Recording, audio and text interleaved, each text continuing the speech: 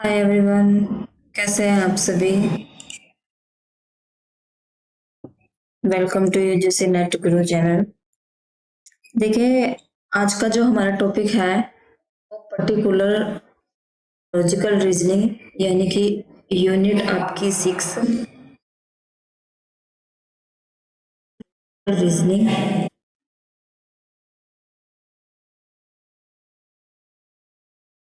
का second part है। Part second, Indian logic.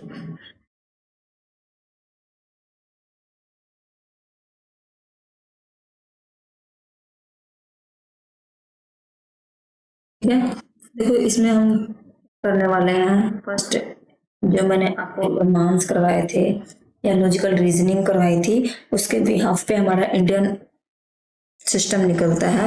उसमें फर्स्ट टॉपिक चार्ट है आपका इंग्लिश मीडियम की जो बुक है केवीएस मैदान की। फर्स्ट न्याय एपिस्टेमोलॉजी। फर्स्ट देखो, एपिस्टेमोलॉजी का मतलब क्या होता है? टू नॉलेज, टू नॉलेज, या फिर हम इसको बोल सकते हैं स्टडी ऑफ नॉलेज, यानी कि नॉलेज की स्टडी करने को क्या बोलते हैं? एपिस्टेमोलॉजी बोलते हैं। सेकंड आता है न्याय। न्याय यानी कि न्याय जो किससे रिलेटेड है? न्याय फिलोसफी एक वर्ड आता है पेपर में, न्याय फिलोसफी या फिर न्याय फिलोसफी या फिर न्याय सिस्टम या फिर न्याय इंडियन लॉजिकल सिस्टम, तो कुछ भी नाम आ सकता है। तो उसका मतलब सीधा सा जो हमारा हिंदू धर्म है वो उससे रिलेटेड हो जाता है भी। ठीक है, कंप्लीटली। अब इसमें हमें दो तरीके का बताया हुआ है। ठीक है, नॉलेज मैंने आपको बता दिया है आपको, रिलेटेड टू नॉलेज या स्टडी ऑफ नॉलेज। अब नॉलेज हमारी दो तरीके की होती है भाई। जिस दिन मैंने आपको लॉजिकल रीजनिंग करवाई थी फर्स्ट टाइम, मैं आप सभी को एक ही टॉपिक करवाती हूँ, आर्ग्यूमेंट। ठीक है, जिसमें दो तरीके की चीजें देखने के लिए मिलती हैं कि आर्ग्यूमेंट या तो वैलिड होता है या फिर इनवैलिड होता है।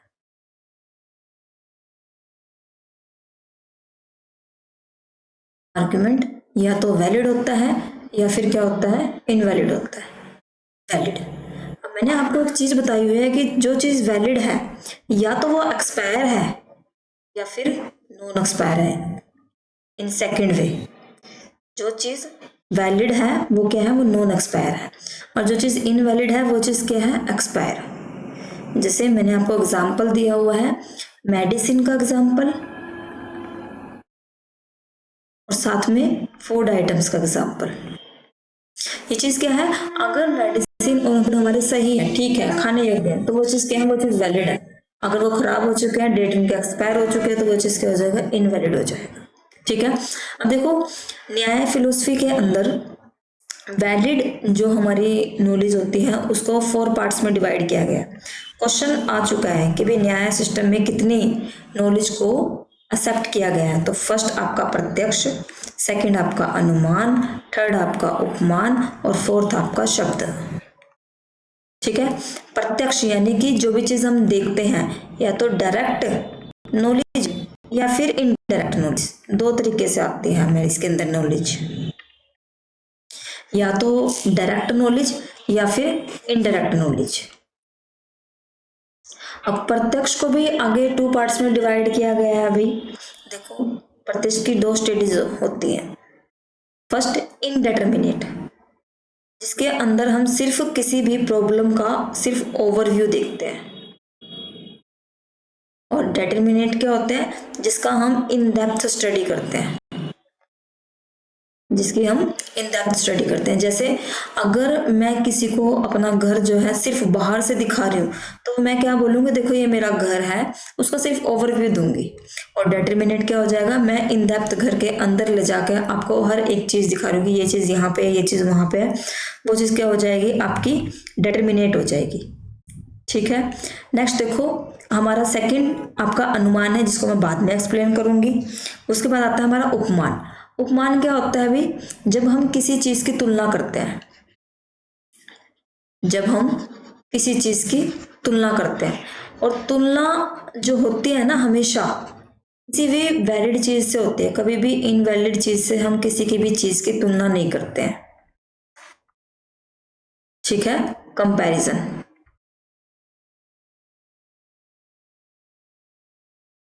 हमेशा किस चीज से होगा, वैलिड थिंग से होगा, ठीक है। जैसे हम कह देते हैं कि आपका मुख जो है चांद के समान है, तो चांद यहाँ पर क्या होगा, यहाँ पे वैलिड थिंग्स होगी। वैलिड थिंग्स का मतलब है कि हमेशा कंपैरिजन जो है यूनिवर्सल चीजों से किया जाएगा।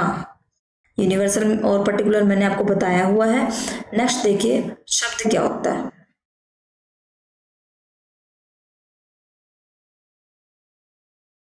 शब्द किसी पर्सन के द्वारा बोली हुई कोई भी बात हमारे किस में आते हैं, शब्द प्रमाण में आते हैं। शब्द verbal type of testimony, verbal testimony भी बोल देते हैं इसको, वर्बल, ठीक है। अब वर्बल टेस्टिमनी जो दो तरीके के होते हैं, या तो वैदिक होगी या फिर अवैदिक होगी। सिंपल सी चीज है, जो चीज वैदिक होगी वो किससे रिलेटेड होगी, वो गॉड से रिलेटेड होगी, क्योंकि पुराना न्याय सिस्टम है ना, इसलिए वो सीधा गॉड से रिलेटेड, और ये नॉर्मल होता है, सामान्य, ठीक है। आया यहाँ तक समझ में।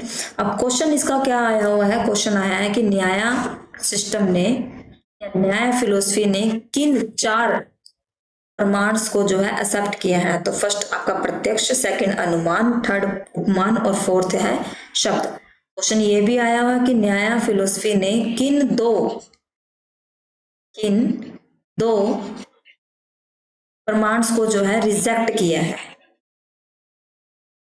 क्या किया है, किन दो प्रमाण्स को जो है रिजेक्ट किया है। तो वो क्या हो जाएंगे, हमारे ये जो दो प्रमाण्स हैं उनके नाम हो जाएंगे।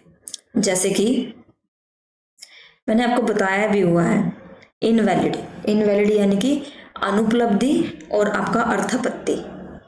अर्थापत्ति देखो क्या होता है, जब according to circumstances, according to circumstances, परिस्थितियों को देख के जब हम अपनी धारणा बना लेते हैं तो उसको हम अर्थापत्ति बोलते हैं। जैसे कि पोस्टुलेशन, इसका दूसरा नाम है पोस्टुलेशन, और दूसरी तरफ क्या आता है, अनुपलब्धि। अनुपलब्धि क्या होता है कि जब किसी चीज के ना होने से, एग्जिस्टेंस में ना होने से हम अपनी नॉलेज बना लेते हैं, तो उसको हम अनुपलब्धि बोलते हैं। भाई क्या बोलते हैं, अनुपलब्धि। जब किसी चीज के ना होने से, जैसे कि अगर क्लास में क्या कहते हैं, बच्चों का शोर आ रहा है क्लास से, और तो मैंने अपनी धारणा क्या बनाई कि भाई शायद क्लासरूम में जो टीचर नहीं है, तो उसको हम क्या बोलते हैं, टीचर के ना होने से मुझे क्या मिल गई, मुझे नॉलेज मिल गई। लेकिन ये जो दो हैं, अनुपलब्धि और अर्थापत्ति, इसको न्याय फिलोसफी ने एक्सेप्ट नहीं किया। उन्होंने सिर्फ चार को ही वैलिड माना, दो को इनवैलिड माना है, ठीक है। नेक्स्ट देखो, नेक्स्ट हमारा आता है अनुमान। नेक्स्ट आप क्या है, हमारा अनुमान, ठीक है। अनुमान को 3 पार्ट्स में डिवाइड किया गया है। फर्स्ट साइकोलॉजिकल, जो कि हमारे माइंड से रिलेटेड होता है, सेकंड है व्याप्ति, और थर्ड है इंडक्शन। देखो अनुमान का मतलब ही यही होता है कि एक नॉलेज को बेस बनाकर दूसरी नॉलेज पे पहुंचना। जैसे आज का एनवायरनमेंट कैसा था कि सुबह हमने क्या देखा, अपना अनुमान लगाया कि भी शायद आज बारिश होने वाली है, शायद आज बारिश होने वाली है। तो मैंने क्या किया, मैंने पहले अनुमान लगाया और उसके बाद जो है अपना व्यू बताया कि भी आज जो है बारिश होने वाली है। अब अनुमान को ही 3 पार्ट्स में डिवाइड किया गया, साइकोलॉजिकल, कि मेरे माइंड की परसेप्शन अलग होगी और आपके माइंड की परसेप्शन जो है अलग होगी। साइकोलॉजिकल, जिसके अंदर हम स्वार्थ और प्रारब्ध 2 टाइप्स को इंक्लूड करते हैं। देखो जब मैं अपने आप को कन्विंस करने की कोशिश करूंगी या अपने आप को किसी भी चीज से सहमत करने की कोशिश करूंगी, तो उसको स्वार्थ अनुमान बोलते हैं, स्वार्थ। और जब मैं दूसरों को कन्विंस करने की कोशिश करूंगी या उनको सहमत करने की कोशिश करूंगी अपनी बात से, तो मैं उसको क्या बोलते हैं, प्रारब्ध अनुमान बोलते हैं, ठीक है। नेक्स्ट आता है व्याप्ति। व्याप्ति का भी सेम मतलब होता है जब हम अनुमान के थ्रू जो है आंसर निकालते हैं या कंक्लूजन निकालने की कोशिश करते हैं किसी भी चीज का, ठीक है, जो कि हमारा 3 तरीके का होता है। फर्स्ट पूर्वावत, सेकंड शेषावत, और थर्ड क्या है, सामान्य दृष्टा।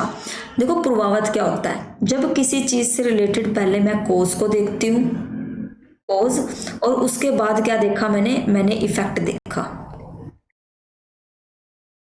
पहले मैंने देखा कोज और उसके बाद देखा मैंने इफेक्ट। जैसे कि बारिश आने से पहले मैंने क्या देखा कि बादल आए हुए हैं, तो मैंने क्या देखा, कारण देखा बारिश का कि बादल आए हैं, और उसके बाद मैंने क्या बता दिया कि भाई बारिश होने वाली है। इसको बोलते हैं पूर्ववत, पहले से ही बता देना। नेक्स्ट आता है शेषावत। शेषावत का तो मतलब ही आता है, देखो शेष, शेष यानी कि जो चीज रह गई, शेष यानी कि दूसरा नाम क्या आता है इसका, रेजिडुअल।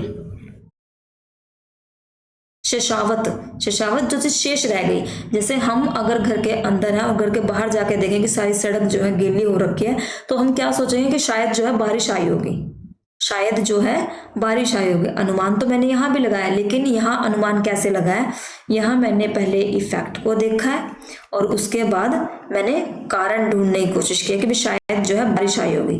क्या देखा, कीचड़ देखा, ठीक है, उसको हम बोलते हैं शेषावत। नेक्स्ट आता है सामान्यतः दृष्टा। सामान्यतः दृष्टा का जो चीज एज इट एज रहती है, एज इट एज, कि हमारे कहने से या सुनने से कोई फर्क नहीं पड़ता है। जैसे कि हमें ये पता है कि जो हमारी अर्थ है वो वेस्ट टू ईस्ट घूमती है, वेस्ट टू ईस्ट।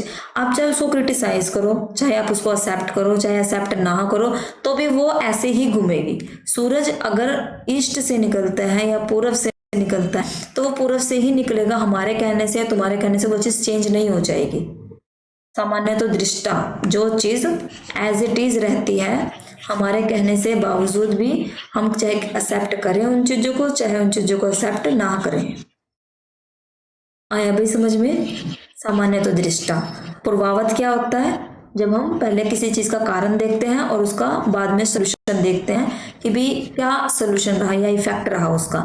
शेषावत, जो चीज शेष रह गई, काम निपट गया, जो चीज शेष रह गई, यानी कि बारिश होने के बाद कीचड़ रह जाता है, तो वो चीज क्या हो जाएगी, हमारा शेषावत। और सामान्य तो दृष्टा, जो चीज एज इट एज ही रहती है, चेंज नहीं होती।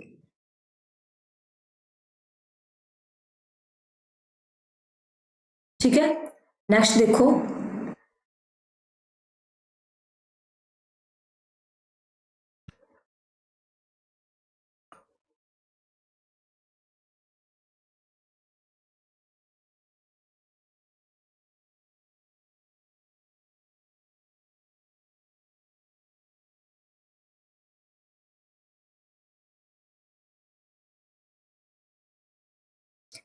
नेक्स्ट देखो भाई, आपका नेक्स्ट आता है इंडक्शन। अनुमान के अंदर इंडक्शन क्या होता है। इंडक्टिव नॉलेज मैंने आपको बताया हुआ है, शायद मुझे दोबारा बताने की जरूरत नहीं है। इंडक्टिव क्या होता है, ठीक है। इंडक्टिव में तीन चीजें आते हैं, केवल अनुयायी, केवल व्यातिरिकी और केवल अनव्यातिरिकी। ये थोड़े से वर्डिंग का थोड़ा सा ये इंग्लिश मीडियम में दिया हुआ है अलग अलग, आयरोनिरी, व्यातिरिकी और केवल व्यातिरिकी, और ये केवल अनुयायी। जब किसी चीज के होने से मुझे नॉलेज मिलती है, जब किसी चीज के होने से मुझे नॉलेज मिलती है तो उसको केवल अनुयायी बोलते हैं। जब किसी चीज के ना होने से मुझे नॉलेज मिलती है तो उसको हम केवल व्यातिरिकी बोलते हैं, केवल व्यातिरिकी, व्या, केवल व्यातिरिकी, ठीक है। और जब किसी चीज के होने और ना होने दोनों से मुझे नॉलेज मिलती है तो उसको हम बोलते हैं केवल अनव्यातिरिकी, केवल व्यातिरिकी, यानी कि तीनों नाम इंक्लूड हो गए इसके अंदर। जब किसी चीज के होने से नॉलेज मिलती है, जब किसी चीज के ना होने से नॉलेज मिलती है, किसी चीज के होने और ना होने दोनों से हमें जो है नॉलेज मिलती है, उसको क्या बोलते हैं, उसको हम केवल अनव्यातिरिकी बोलते हैं। यह आपका इंडियन लॉजिक का फर्स्ट पार्ट था, ठीक है। ये थोड़ा सा और डेप्थ में आपको सीखने की जरूरत है, जब आप इससे क्वेश्चंस वगैरह सोल्व करोगे तो आपको अच्छे से समझ में आ जाएगा। और बाकी की रिकॉर्डिंग आई होप सो जल्दी जल्दी मिलने स्टार्ट हो जाए आपको, क्योंकि चीज़ें वैसे ही बहुत रिलेट हो चुकी है। जब किसी चीज़ को फर्स्ट टाइम करते हैं थोड़ा सा टाइमिंग जरूर लगता है, कंज्यूम होता है, टाइम ज़्यादा कंज्यूम होता है। तो इसलिए थोड़ा सा लेट हो रहा है और कुछ नहीं। बाकी आप ये क्लास कर रहे हैं ना, कल जो बच्चे आएंगे उनको थोड़ा सा समझने में इजी रहेगा। ठीक है बेटा। बाकी कल से जो क्लास की जो है वो लाइव रिकॉर्डिंग आपको मिलनी स्टार्ट हो जाएगी। ठीक है। Okay, good night, bye.